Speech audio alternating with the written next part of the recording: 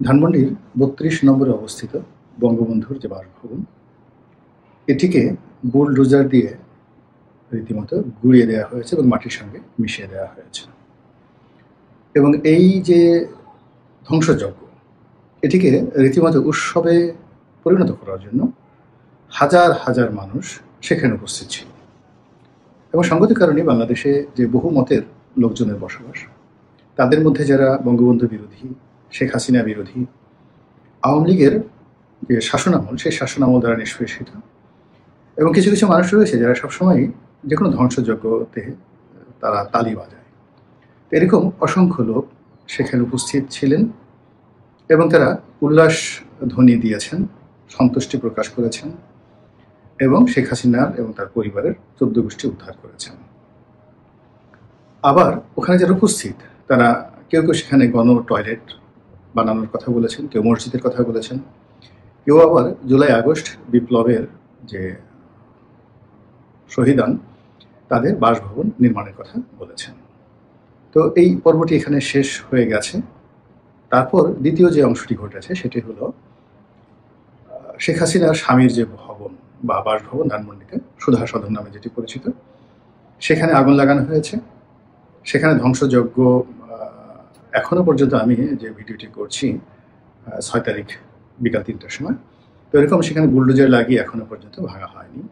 কিন্তু ইতিমধ্যে যে খবরটা আমরা পেয়েছি সেটি হলো সারা বাংলাদেশের অনেক জায়গাতে, বিশেষ করে বরিশালে আমির হোসেন আমু, তারপর আব্দুর রফ সেনিয়াবাস সাহেবের যে পারিবারিক বাসভবন, যেটি আবুল হাসনাত আবদুল্লাহ এবং তার ছেলে সাবেক মেয়র সাদিক আবদুল্লাহ থাকতেন, সেখানে বুলডোজার বা ভেকু লাগিয়ে সেটিকে ভেঙে চুরমার করে দেওয়া হয়েছে। এর বাইরে যেটি হয়েছে সেটা হলো মাহবুল আলম হানিফ কুষ্টিয়াতে তার যে বাসভবন, সেটাতেও ধ্বংসযজ্ঞ চালানো হয়েছে। এবং আজকে ফেসবুকে দেখলাম, সত্য মিথ্যা জানি না, জনাব ওবায়দুল কাদের বাড়িতেও একই রকম ধ্বংসযজ্ঞ চালানো হচ্ছে বা হবে, এরকম কথাবার্তা। এরপর এই যে যা কিছু হয়েছে, এটা নিয়ে মানুষের মধ্যে যারা এই কর্মকাণ্ড করেছে তাদের মধ্যে একটা ঈদের উৎসব বা আমেজ কাজ করছে এবং তাদের সাহস এবং শক্তি অতীতের যে কোনো সময়ের চাইতে এখন তুঙ্গে। এবং তারা তাদের এই কাজের সফলতা তারা বাংলাদেশের আনাচে কানাচে ছড়িয়ে দিতে চায়। ফলে আওয়ামী লীগের যে সকল দোসর রয়েছেন, যারা গত ১৫টি বছর ধরে মানুষের বিরক্তি, মানুষের অশ্রদ্ধা এবং মানুষের বদদোয়ার উপলক্ষ ছিলেন, সে সকল মন্ত্রী, এমপি, আমলা কামলা টার্গেট করে করে তাদের বাড়িঘর আক্রমণ চালানো হবে বা হওয়া উচিত, এই ধরনের প্রচার এবং প্রোপাগান্ডা চলছে। তো ধরুন, সে অর্থে যদি বাংলাদেশের ৩০০ জন সংসদ সদস্য যারা আছেন তাদের বাড়িঘর, যে সকল সচিব ছিলেন, আইজি ছিলেন, তারপরে সেনাবাহিনীর যে সকল কর্মকর্তা ছিলেন, বিশেষ করে যারা ডিজিএফআইয়ের কর্মকর্তা ছিলেন, এনএসআইয়ের কর্তা ছিলেন, পুলিশের বিশেষ বিভাগের কর্মকর্তা ছিলেন, যেমন হারুন, বিপ্লব কিংবা হাবিব অথবা বেনজির, তো তাদের বাড়িঘরকে টার্গেট করে যদি আগামী ১ সপ্তাহের মধ্যে এইভাবে আক্রমণ চলে, এটাকে আপনি কি বলবেন? দ্বিতীয়ত, সেই যে বঙ্গবন্ধুর বাসভবন ৩২ নম্বরে যারা ধ্বংসযজ্ঞ চালিয়েছেন, তাদের একটা সোজা ছিল যে তাদের পরবর্তী টার্গেট হলো টুঙ্গিপাড়া। তারা ঢাকা থেকে সদর বলে টুঙ্গিপাড়া যাবেন এবং টুঙ্গিপাড়াতে গিয়ে বঙ্গবন্ধুর যে বাসভবন সেটি ভাঙচুর করবেন। এখন পর্যন্ত তার মাজার বা তার যে কবরস্থান, এটি ধ্বংস করার কথা বলা হয়নি। তবে ওখানে দুটো বাড়ি রয়েছে, একটা হলো বঙ্গবন্ধুর পৈতৃক বাড়ি, আর তার পাশেই শেখ হাসিনা তার বসবাসের জন্য একটি নতুন বাড়ি নির্মাণ করেছেন, সেই বাড়ি। এর বাইরে সেখানে শেখ সেলিম সাহেবের বাড়ি আছে, পরশ তাপসের বাড়ি আছে কিনা আমি বলতে পারবো না। তো এই যে টুঙ্গিপাড়াতে যদি ভাঙচুর হয় এবং ঢাকা থেকে যদি হাজার হাজার মানুষ বাস ট্রাক ভরে সেখানে যায়, তো সেই পরিস্থিতি আগামীতে কিভাবে সামাল দেওয়া হবে সেটি নিয়ে হয়তো আইন শৃঙ্খলা রক্ষাকারী বাহিনী তারা চিন্তা ভাবনা করবেন। এখানে আমি আমার আলোচনাকে দুটো অংশে আমি বিভক্ত করতে চাই। প্রথম অংশ হলো যে আজকের এই যে ঘটনাটা, এই ঘটনাটা কেন ঘটল। ১ নম্বর কারণ হলো প্রকৃতিগত কারণে এই ঘটনাটি ঘটেছে। আওয়ামী লীগের শাসনামলে এরকম বহু স্থাপনা ধ্বংস করেছেন এবং বহুজনের স্থাপনা ধ্বংস করার চেষ্টা করেছেন এবং অসংখ্য মানুষের অভিশাপ, চোখের পানি তাদেরকে গ্রাস করেছিল। বেগম জিয়ার বাড়ি ভাঙার কথা আমরা সবাই জানি এবং আমি একজন ক্ষুদ্র মানুষ, আমার বাড়িটিও ২০২২ সনে ভেঙে একেবারে মাটির সঙ্গে গুঁড়িয়ে দেওয়া হয়েছে। তো শেখ হাসিনার বাড়ি নিয়ে তার যেভাবে আবেগ রয়েছে, অনুভূতি রয়েছে, আমার বাড়ি নিয়েও কিন্তু আমার আবেগ অনুভূতি কম নয়। এবং সেখানে যে নির্মমতা চালানো হয়েছে, একটা মিনিট সময় দেওয়া হয়নি। কোনো মতে আমার ৭৫ বছর বয়স্ক বৃদ্ধা মা সেখান থেকে বের হতে পেরেছেন। আমার ভাই ভাইয়ের স্ত্রী এবং তার দুটো শিশু সন্তান। এর মধ্যে একটি শিশু সন্তান যার বয়স ওই মুহূর্তে 9 বছর ছিল, মেয়ের সন্তান। সে ওই যে ঘটনার যে দৃশ্য বা তাণ্ডব, এটার কারণে কি হলো, সে রীতিমতো মানসিকভাবে অসুস্থ হয়ে পড়েছে এবং এখনো পর্যন্ত তার সেই মানসিক যাকে বলা হয় অসুস্থতা রয়ে গেছে। দ্বিতীয়ত, আমার যে ঘরে সেই 60 সন থেকে আজ অবধি পরিবারের অনেক মূল্যবান জিনিসপত্র সেখানে ছিল, টাকা কড়ি সোনা গহনা অনেক কিছু ছিল। তো সেইগুলো লুটপাট করার জন্য বিশেষ লোকদেরকে ভাড়া করে আনা হয়েছিল, প্রায় 100-150 লোককে ভাড়া করে আনা হয়েছিল এবং বুলডোজারের সাথে আবার হাতুড়ি দিয়ে এই বাড়ির ইট পাথর ভাঙার জন্য আরও 100-150 লোক ভাড়া করে আনা হয়েছিল এবং পুরো ঘটনা ঘটানোর জন্য প্রায় 200-300 পুলিশ সেখানে দাঁড় করিয়ে রাখা হয়েছিল। একজন ম্যাজিস্ট্রেট ছিল, টিএনও ছিল এবং তৎকালীন ডিসি যে ছিল তার লোকজন ছিল। ফলে 2022 থেকে আজ পর্যন্ত আমি বলতে সাহস পাইনি যে ওই ঘরে আমার কত টাকা লুট হয়েছে, কত ভরি স্বর্ণ সেখান থেকে লুটপাট করা হয়েছে। এবং যখন 1 মিনিটের নোটিশে সেখানে এক কাপড়ে আমার মা, 75 বছরের বৃদ্ধা মা, যার অনেক স্মৃতি ওই বাড়িকে ঘিরে, আমরা ওখানে আমাদের ভাইদের জন্ম হয়েছে, আমাদের বিয়ে হয়েছে, আমাদের সন্তানদের জন্ম হয়েছে। তো এই স্মৃতিগুলো আমাকে কিভাবে রীতিমতো পাগল বানিয়ে ফেলেছে, যেটা এখনো আমি স্মরণ করলে পাগল হয়ে যাই। কিন্তু তারপরেও আমি কখনো বদদোয়া দেইনি। আমি সবসময় চেয়েছি যে আমার মতো যারা কষ্ট পেয়েছে, আল্লাহ যেন এই কষ্ট অন্য মানুষকে না দেয়।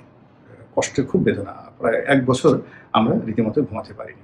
এরকম আমার মতো যারা হাজার হাজার মানুষই সারা বাংলাদেশে রয়েছে, যারা আওয়ামী রেজিম দ্বারা নানাভাবে অপদস্থ হয়েছেন, ক্ষতিগ্রস্ত হয়েছেন। এবং তখন ওই সময়টিতে আমি বলেছিলাম, সেই 2013-14 সন থেকেই আমি বলেছিলাম যে বেগম জিয়ার বাড়ি ভাঙার যে সিদ্ধান্তটি, এটি রং সিদ্ধান্ত। এটির ফলে আগামীতে যখন ক্ষমতা আসবে বিএনপি বা ক্ষমতার পট পরিবর্তন হবে, তখন 32 নম্বর এবং সুধা সদনও রক্ষা পাবে না। শেখ হাসিনার জমানাতে এই কথাগুলো বহুবার আমি লিখেছি এবং বলেছি। এবং একটা সময় যখন সিদ্ধান্ত হলো শহীদ প্রেসিডেন্ট জিয়াউর রহমানের মাজার যেটি আছে ওটা ওখান থেকে সরিয়ে অন্য জায়গায় নিয়ে যাওয়া হবে, তখন আমি বলেছিলাম যে এই কাজটি দয়া করে করবেন না, এটি হারাম, এটি কবিরা গুনাহ, এবং এই কাজ যদি করা হয় আগামীতে বঙ্গবন্ধুর মাজারেও কিন্তু আক্রমণ চালানো হবে। যাই হোক, যারা ক্ষমতায় ছিলেন তারা কখনোই অন্য কারো কথা শোনেন না। তাদের মতের বিরুদ্ধে কেউ কোনো কথা বললে কিংবা তাদের চিন্তা এবং আদর্শের বাইরে কেউ কোনো কথাবার্তা বললে তাদেরকে তারা গণশত্রু হিসেবে ধিক্কার জানায়। ফলে আমার অবস্থা আওয়ামী লীগে তখন ওইরকমই ছিল। তো যাই হোক, আজ আওয়ামী লীগের নেতাদের বাড়িঘরে হামলা হচ্ছে, এখানে শত শত কোটি টাকার জাতীয় সম্পত্তি যেভাবে ধ্বংস হচ্ছে, তার সঙ্গে সঙ্গে মানুষের মন এবং মননে যে বিষক্রিয়া তৈরি হচ্ছে এবং জিঘাংসা, প্রতিহিংসা যেভাবে তৈরি হচ্ছে, তাতে করে আমাদের সমাজ আগামী কম করে হলো 25 থেকে 30 বছর এই জিঘাংসার যে ফল বা বিষ, এটি আমাদের এই সমাজকে বহন করতে হবে। এবং এখন যারা এই কাজগুলো করছেন যেভাবে আওয়ামী লীগ অতীতে এই কাজগুলো করেছেন, আর এখন যারা এই কাজগুলো করছেন, তারা আগামী দিনগুলোতে খুব সুখে থাকবেন, শান্তিতে থাকবেন। ইতিহাস কথা বলে না। এর কারণ হলো সবসময় ঘুরে ফিরে একই জিনিস, প্রতিটি কর্মের একটা সমান প্রতিক্রিয়া যাকে বলা হয় ঘটে। আগামীতে যদি বিএনপি বা আওয়ামী লীগ যারাই ক্ষমতা আসুক, তারা যদি আজকের এই ঘটনাটিকে ক্ষমা করে দেন, ক্ষমা সুন্দর দৃষ্টিতে দেখেন, তাহলে সেখানে হয়তো একটা যাকে বলে আল্লাহ রাসূল যেভাবে মক্কা বিজয়ের পর একটা ইতিহাস রচনা করেছিলেন, ওইরকম একটা ইতিহাস রচিত হতে পারে। কিন্তু যদি ক্ষমা করে দেয়া না হয়, তাহলে মানব সমাজে যে বিশৃঙ্খলা আগামী দিনগুলোতে অক্টোপাসের মতো আঁকড়ে ধরবে, যা কিনা আমাদের এই জাতিটিকে বহুলাংশে পিছিয়ে দেবে। ফলে এটি আগামী দিনের জন্য একটি ব্যাড সিগন্যাল। দ্বিতীয় যে বিষয়টি রয়ে গেছে সেটি হলো মন্দ কাজ। এটি অনেকটা ভাইরাসের মতো, ব্যাকটেরিয়ার মতো, এটা শুধু বাড়তেই থাকে।